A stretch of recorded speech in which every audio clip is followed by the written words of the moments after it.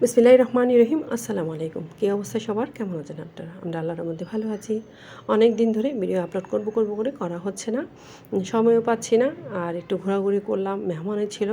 যাই হোক, আমি প্রথমে কলিজাটা রান্না করে নিচ্ছি। আমি রান্না করার আগে কিন্তু সব মশলাগুলো একটু পানি দিয়ে লবণ দিয়ে ভিজিয়ে রাখছিলাম।